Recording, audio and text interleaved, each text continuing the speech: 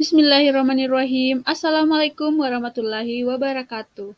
Alhamdulillahirabbil alamin. Puji syukur saya panjatkan kehadirat Allah Subhanahu wa taala atas terselesainya video pembelajaran saya.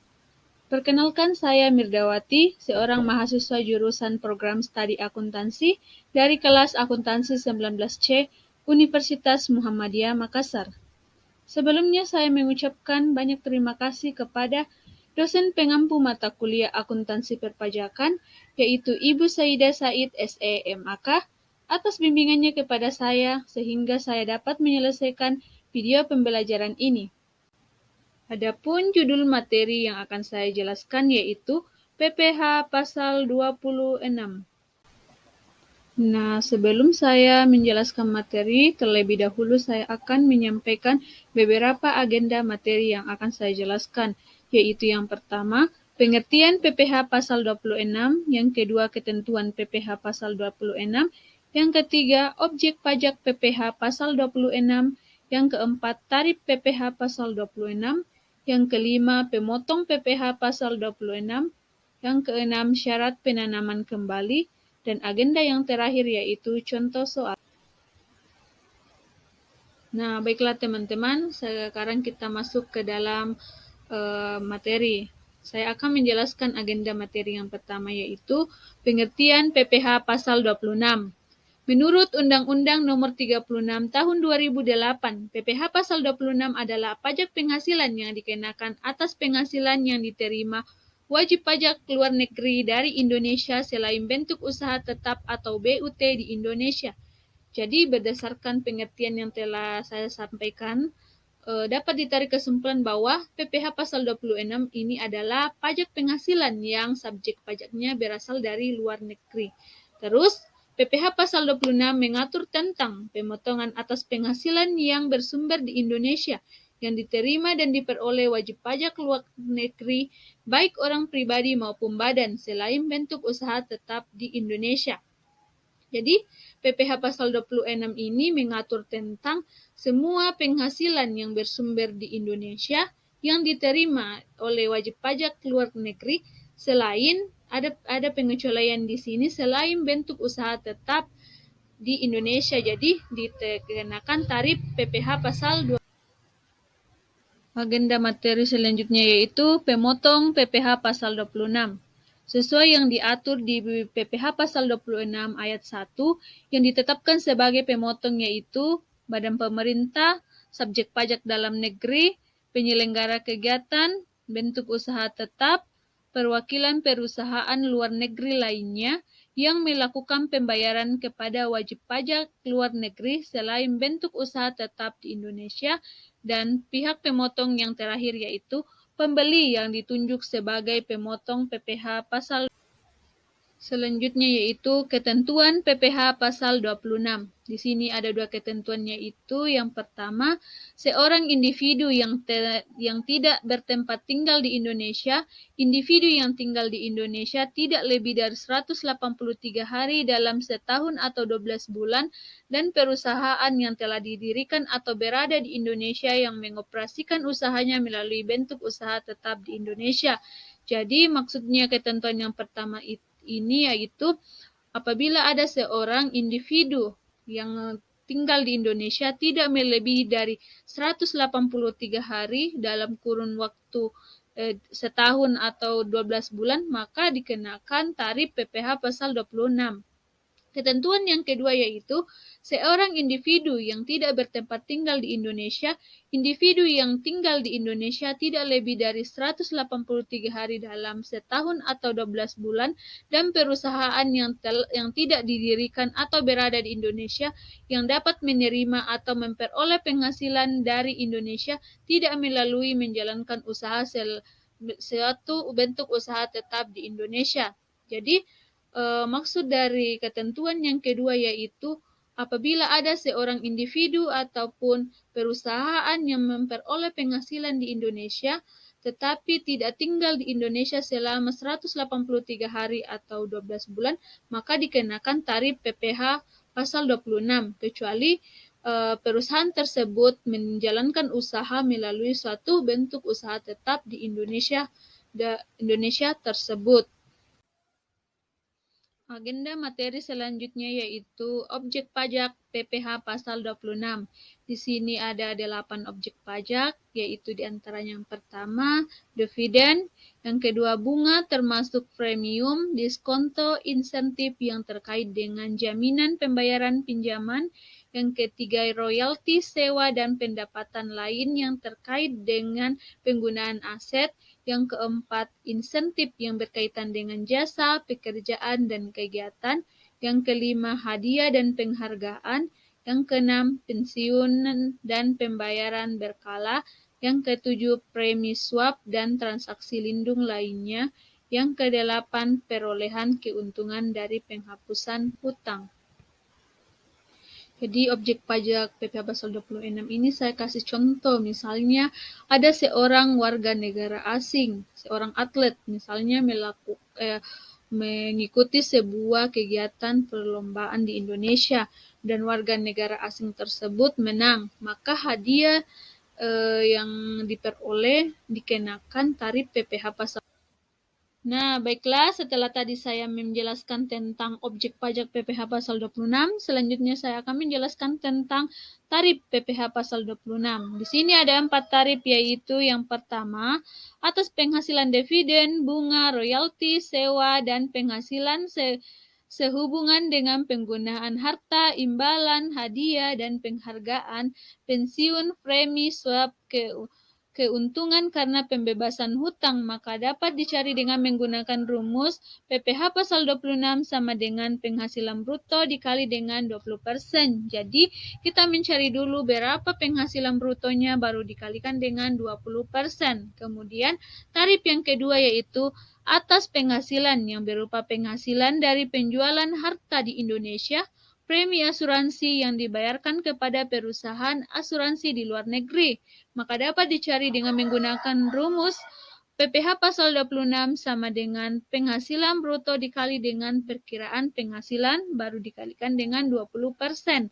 Jadi kita mencari dulu berapa penghasilan brutonya baru dikalikan dengan perkiraan penghasilan baru dikalikan dengan 20%. Kemudian tarif yang ketiga yaitu atas penghasilan yang berupa penjualan atau pengalihan saham dipotong PPh pasal 26 sebesar 20% dari perkiraan penghasilan neto, maka dapat dicari dengan rumus PPh pasal 26 sama dengan penghasilan bruto dikali dengan perkiraan penghasilan neto baru dikalikan dengan 20%. Jadi kita mencari dulu penghasilan brutonya baru dikalikan dengan penghasilan netonya baru kita kalikan dengan 20%. Kemudian tarif yang terakhir yaitu yang keempat yaitu atas penghasilan kena pajak sesudah dikurangi dari suatu bentuk usaha tetap di Indonesia dikenai pajak sebesar 20%. Kecuali penghasilan tersebut ditanamkan kembali di Indonesia, maka dapat dicari dengan menggunakan rumus PPh pasal 26 sama dengan PKP dikurang PPh terutang baru dikali 20%. Jadi kita mencari dulu berapa PKP-nya baru dikurangi dengan PPh terutang baru dikalikan dengan 20%. Jadi semua tarifnya itu dikalikan dengan 20% dari keempat tarif ini. Jadi sehubung dengan penjelasan saya tadi di tarif PPh pasal 26 yaitu tentang tarif 20%. Jadi saya mengatakan bahwa dari keempat tarif itu dikalikan dengan 20%. Jadi kenapa 20%? Jadi penjelasannya di sini bahwa tarif 20% atau final. Mengapa disebut final? Karena pembayarannya dilakukan secara langsung dari laba bersih yang diharapkan dari yang pertama yaitu pendapatan dari penjualan aset di Indonesia, yang kedua premi asuransi, premi reasuransi yang dibayarkan langsung maupun melalui pialang kepada perusahaan asuransi di luar negeri. Kemudian tarif 20% ini atau final dari laba bersih yang diharapkan selama penjualan atau pengalihan saham perusahaan antara perusahaan media atau perusahaan tujuan khusus yang didirikan atau bertempat di negara yang memberikan perlindungan pajak yang memiliki hubungan khusus dengan suatu entitas atau bentuk usaha tetap BUT di Indonesia. Nah, agenda materi yang selanjutnya yaitu syarat penanaman kembali. Di sini ada 3 syarat, yaitu syarat yang pertama yaitu dilakukan dalam bentuk penyertaan modal pada perusahaan yang didirikan dan berkedudukan di Indonesia sebagai pendiri atau peserta pendiri. Syarat yang kedua yaitu penanaman kembali dilakukan dalam tahun pajak berjalan atau selambat-lambatnya tahun pajak berikutnya. Kemudian syarat yang ketiga yaitu tidak mengalihkan penanaman kembali tersebut sekurang-kurangnya dalam jangka waktu 2 tahun sesudah perusahaan tempat penanaman dilakukan berproduksi komersial. Nah, tibalah kita di agenda materi yang terakhir yaitu contoh soal. Di sini saya akan memberikan 2 contoh soal. Langsung saja saya akan menjelaskan contoh soal yang pertama yaitu Alan adalah seorang warga negara Inggris yang memiliki 25% saham atas PT Jaya Raya di Indonesia. Tahun ini Alan menjual seluruh sahamnya senilai 8 miliar kepada Rian, seorang warga negara Singapura.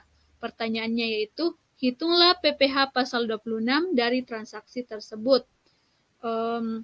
Sebelum kita menjawabnya, kita menganalisa soal dulu, di mana si Alan ini adalah seorang warga negara asing yang memiliki saham di salah satu perusahaan di Indonesia. Tetapi tahun ini si Alan ini akan menjual sahamnya kepada Rian, di mana Rian ini juga adalah seorang warga negara asing. Nah, sebelum sahamnya ini dijual, maka dicarilah dulu berapa tarif PPh pasal 26-nya. Maka dapat dicari dengan rumus 20% dikali 25% dikali dengan 8 miliar. Lantas, dari mana kita mendapat 20%? 20% ini kita dapatkan dari ketetapan tarif dari PPh pasal 26, baru dikalikan dengan 25% kita dapatkan dari sahamnya Rian, besarnya sahamnya Rian terhadap PT Jaya Raya di Indonesia. PT Jaya Raya ini adalah nama sebuah perusahaan di Indonesia. Kemudian 8 miliar ini adalah nilai seluruh sahamnya Rian di Indonesia. Maka diperolehlah dengan nilai 400 juta. 400 juta ini akan dibayarkan secara langsung atau disebut dengan final. Nah, baiklah, saya selanjutnya akan menjelaskan contoh soal yang kedua, yaitu soalnya Mike adalah karyawan asing pada perusahaan PT Dira Consult. Mike bertempat tinggal kurang dari 183 hari. Mike sudah beristri, mempunyai seorang anak. Dalam bulan April 2018, Mike memperoleh gaji sebesar 5.000 US dollar sebulan. Kurs yang berlaku adalah 10.500 per 1 US dollar. Maka kita disuruh untuk menghitung berapa PPh pasal 26 atas gaji Mike. Jadi sebelum kita menghitungnya, terlebih dahulu kita mencari penghasilan brutonya Mike. Berapa? Tapi di soal dicantumkan penghasilan brutonya Mike dalam sebulan masih dalam bentuk US dollar, yaitu 5.000 US dollar. Maka kita ubah dulu ini dolar ke dalam bentuk rupiah. Caranya bagaimana? Sesuai dengan petunjuk soal dijelaskan bahwa 1 US dollar sama dengan 10.500 rupiah, maka kita tinggal mengalihkan saja 5.000 US dollar dikali dengan 10.500 rupiah, maka didapatkanlah hasil 52.500.000. Selanjutnya kita tinggal mencari berapa penerapan tarif PPh pasal 26-nya. Dapat dicari dengan rumus 20% dikalikan dengan penghasilan bruto. Penghasilan bruto tadi yang telah kita konversi ke dalam bentuk rupiah yaitu 52.500.000, sehingga hasil yang kita dapatkan yaitu 10.500.000. Jadi sudah didapatkanlah PPh pasal 26 atas gaji Mike bulan April 2018 adalah 42 juta. Jadi di mana kita mendapatkan 42 juta ini, yaitu penghasilan bruto dikurang dengan PPh, penerapan tarif PPh atas gajinya Mike. Maka 52 juta 500 dikurang dengan 10 juta 500 sehingga dihasilkanlah 42 juta. Baiklah, dengan berakhirnya seluruh agenda materi, maka berakhir pula video pembelajaran saya. Terima kasih kepada semua teman-teman yang telah menyempatkan untuk menonton video saya. Semoga ada manfaat yang dapat diperoleh. Saya mengharapkan kritikan dan saran dari teman-teman sebagai bahan evaluasi saya dalam pembuatan video selanjutnya. Kritikan dan saran dapat teman-teman tulis di kolom chat. Jangan lupa like, comment, and subscribe. Terima kasih atas perhatiannya. Kurang lebihnya mohon dimaafkan. Wassalamualaikum warahmatullahi wabarakatuh.